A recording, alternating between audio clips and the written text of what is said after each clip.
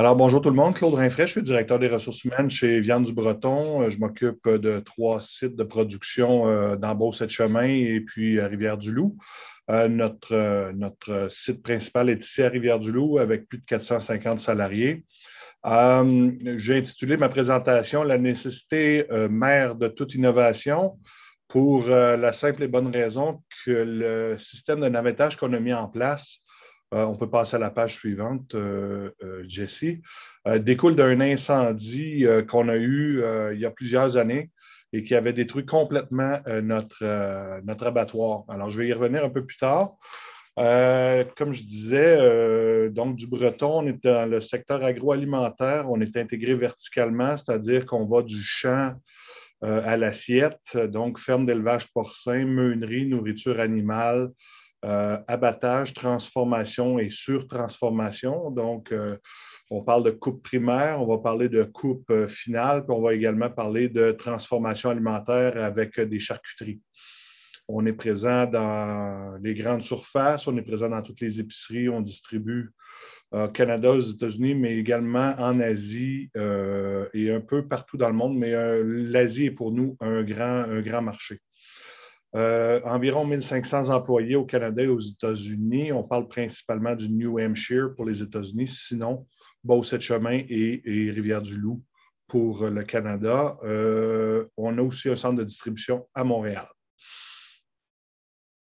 Donc, comme je le mentionnais, la nécessité mère de toute innovation. Alors, l'incendie qui est venu détruire notre abattoir en 2002, une perte complète, une perte totale, 450 employés qui se sont retrouvés subitement sans emploi.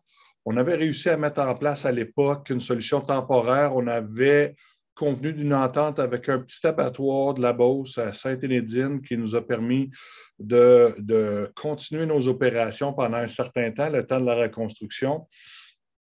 Et ce sont des équipes qui arrivaient de Notre-Dame-du-Lac, qui étaient envoyées à Sainte-Énédine du lundi au vendredi, revenaient les fins de semaine, retournaient.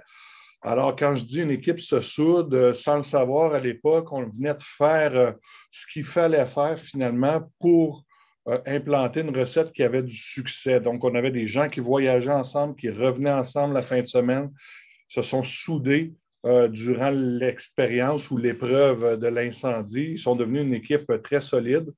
Et quand est venu le temps de relancer les opérations du côté de Rivière-du-Loup, ben, cette équipe-là, de manière plus naturelle, a levé la main pour poursuivre le défi du côté de Rivière-du-Loup. Donc, une décision d'affaires qui a été prise à cette époque-là de reconstruire à Rivière-du-Loup. L'ouverture s'est faite au printemps 2003, donc environ un an plus tard, 12 mois plus tard, on réouvrait nos opérations ici à Rivière-du-Loup et l'abattoir est depuis en opération.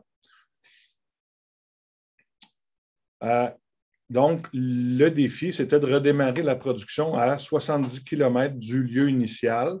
Il y avait un risque de perte massive d'expertise qui était causé notamment, naturellement, par la distance. On parle de plus de 700 km par semaine à faire pour un employé qui aurait souhaité poursuivre sa carrière chez nous.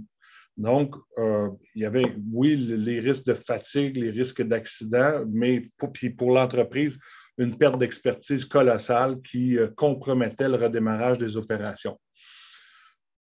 C'est sans compter le fait que de redémarrer nos opérations à Rivière-du-Loup, trouver 450 personnes pour nos opérations, c'est un défi qui était quasi insurmontable. Il fallait absolument amener nos gens de Notre-Dame-du-Lac du côté de Rivière-du-Loup. Pour y arriver, on a décidé d'implanter une solution de transport collectif. Et on a, à l'époque, déployé trois lignes de transport. Il y avait Desjely, Notre-Dame-du-Lac, Rivière-du-Loup, Cabano, Saint-Louis, Rivière-du-Loup, Rivière-Bleue, Sully, Pointe-Négamouk, Rivière-du-Loup. Donc, matin et soir, qui desservaient ces destinations-là. On en est rendu maintenant à deux lignes, Desjely, Notre-Dame-du-Lac, Cabano, Rivière-du-Loup, Sully et Pointe-Négamouk. Ça pose des enjeux maintenant parce que je vais vous parler un petit peu plus tard, ben, je peux en parler immédiatement, mais du nombre d'arrêts, vous comprendrez qu'avec ces distances-là, le nombre d'arrêts est important. plus il y a d'arrêts et plus on décourage les employés à utiliser notre solution de transport collectif. Parce que le matin, ça va, les gens sont frais et dispo, prêts à voyager. Le soir, les gens ont hâte de revenir à la maison. Donc, plus on a d'arrêts et plus on arrive tard à la maison. Et le dernier arrêt, bien, naturellement, c'est ceux qui arrivent le plus tard. Donc, il faut y penser. C'est un enjeu et là, avec la concentration de nos lignes, ça peut devenir, ce n'est pas problématique au moment où on se parle, mais ça pourrait le devenir. Donc, avant d'implanter une solution de transport collectif, bien, vous comprenez bien, et on en parle, on n'a pas parlé de manière très directe tantôt, mais quand on prend cette avenue-là, on prend un engagement à long terme avec nos employés. Donc, depuis 2003, on soutient cet engagement-là, nous. On n'a jamais cessé le transport. On a un taux d'utilisation qui doit être entretenu. Ça, c'est un des enjeux. Quand on prend la charge entière de ce transport-là, bien, il faut l'entretenir parce qu'il y a des coûts par employé qui sont quand même substantiels. Et au fur et à mesure que ton taux d'utilisation diminue, bien, naturellement, ton coût per capita ou ton coût par employé augmente de manière tout aussi grande. Par contre, il faut mettre dans la balance, au-delà du taux d'utilisation, le contexte de rareté de main-d'œuvre. Nous, dans notre champ d'expertise, dans notre industrie, on a recours à des salariés d'agence. Alors, qu'est-ce qui coûte le plus cher? Est-ce que c'est de déployer des solutions de transport collectif qui me permettent je dirais, d'agrandir mes territoires de recrutement ou d'aller chercher des salariés d'agence du côté de Québec ou de Montréal qui me coûtent sensiblement le même prix, voire plus cher, en incluant le transport en commun. Donc, j'ai des salariés qui ont une plus grande adhésion envers l'organisation, qui s'engagent à long terme, versus des salariés d'agence qui sont de passage et pour qui l'engagement envers l'entreprise est très limité. Autre considération qui est importante, à partir du moment où on prend en charge le transport et qu'on l'offre à nos employés, bien, la CNESST est impliquée à ce moment-là. Donc, c'est un transport qui est offert par l'employeur. On doit répondre aux normes de la CNESST et je prends pour exemple, dans le cadre de la pandémie, bien, on a dû revoir la densité ou l'occupation des autobus en conséquence. Et récemment, la CNESST a audité nos autobus pour s'assurer du port du masque, éliminer les couvre-visages, s'assurer que l'employeur mettait à la disposition des employés des couvre-visages qui sont autorisés ou reconnus. Soit dit en passant, la norme des masques de procédure a changé récemment. Si vous ne le savez pas, je vous le mentionne, parce que la CNESST nous a demandé de nous départir de nos masques de procédure et d'intégrer les nouveaux. Fin de la parenthèse, ça nous a obligés tout simplement à changer les masques dans les autobus. Et ben, j'en ai parlé à quelques occasions déjà, la charge financière. Donc, c'est à considérer très sérieusement. C'est un engagement à très long terme. Ce sont des investissements colossaux. Mais pour nous, c'est encore une solution gagnante dans le contexte où le salarié d'agence va nous coûter plus cher que le salarié qu'on va recruter dans une communauté un peu plus éloignée de Rivière-du-Loup.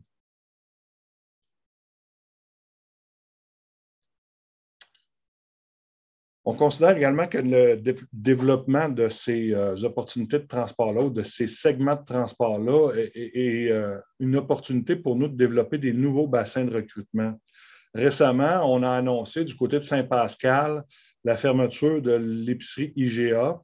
On a mis en place une campagne de recrutement sur la région de Saint-Pascal et j'avais l'autorisation de déployer un nouveau circuit d'autobus.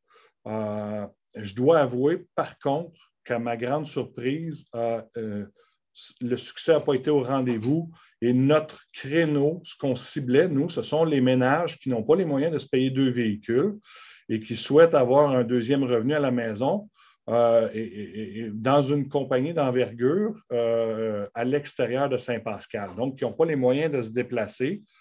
Alors, on se disait, ben, en mettant en place un nouveau circuit d'autobus, je vais aller chercher ma clientèle cible.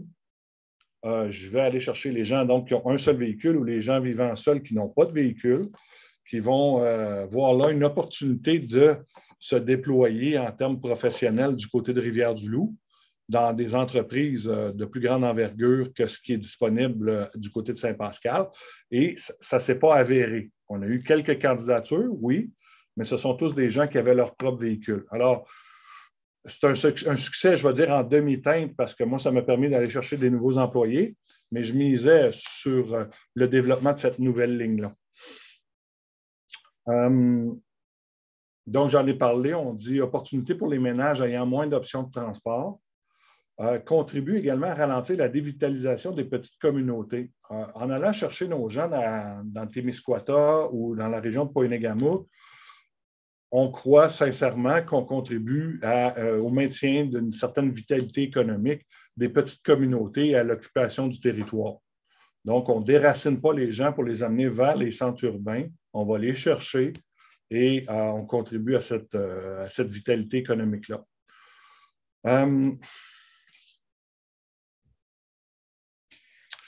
Bon, le choix de modèle de Dubreton. On ne voulait pas devenir un transporteur, c'est-à-dire qu'on souhaite, nous, se concentrer sur notre expertise. Nous ne sommes pas une compagnie de transport parce que devenir une compagnie de transport, ça veut dire embaucher des chauffeurs, remplacer des chauffeurs.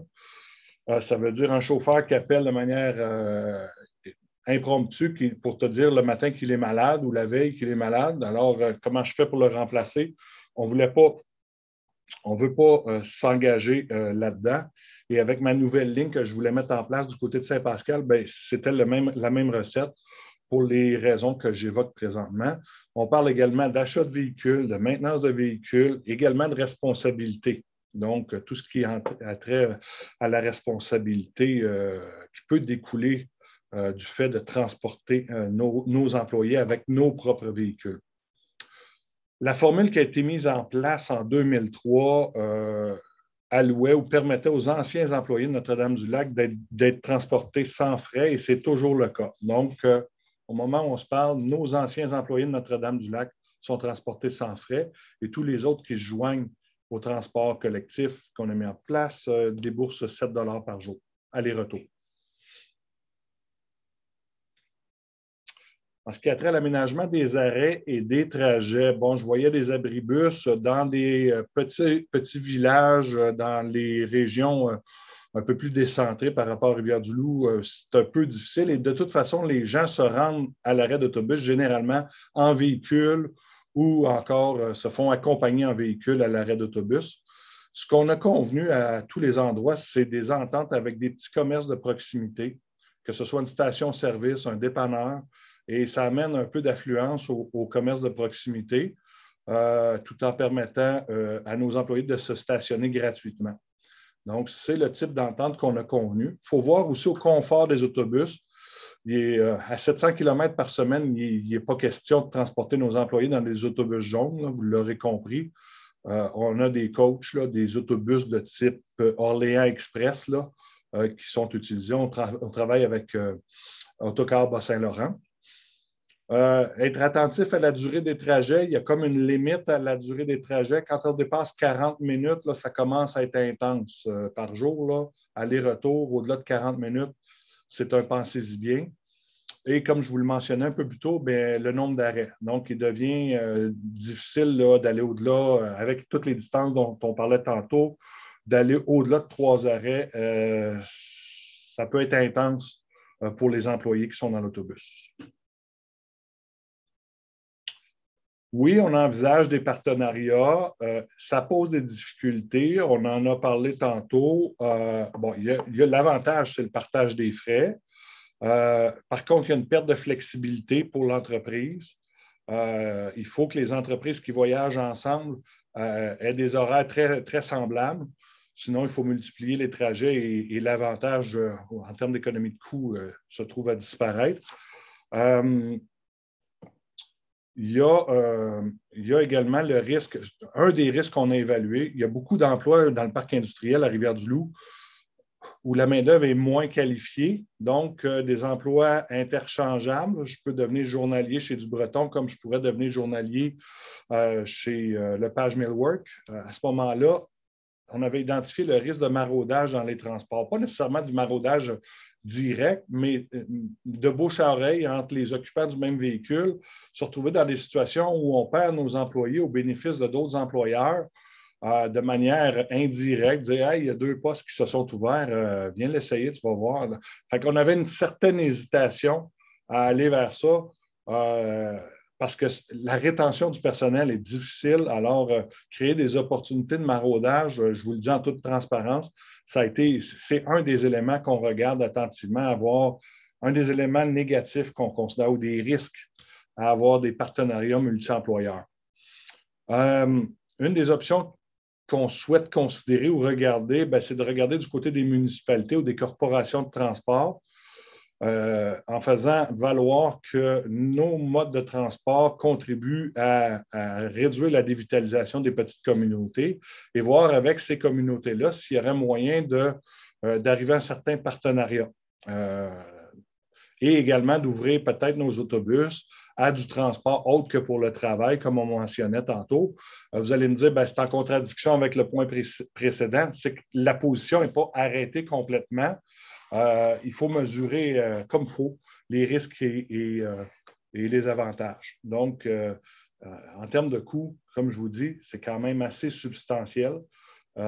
Et puis, à un moment donné, il y a des circuits d'autobus comme celui de Pohénégamouk qui actuellement est compromis parce que la communauté de Pohénégamouk, on n'en a pas suffisamment pris soin, c'est-à-dire qu'il faut entretenir ce bassin de recrutement-là pour avoir plus d'occupants dans l'autobus pour continuer à justifier la dépense.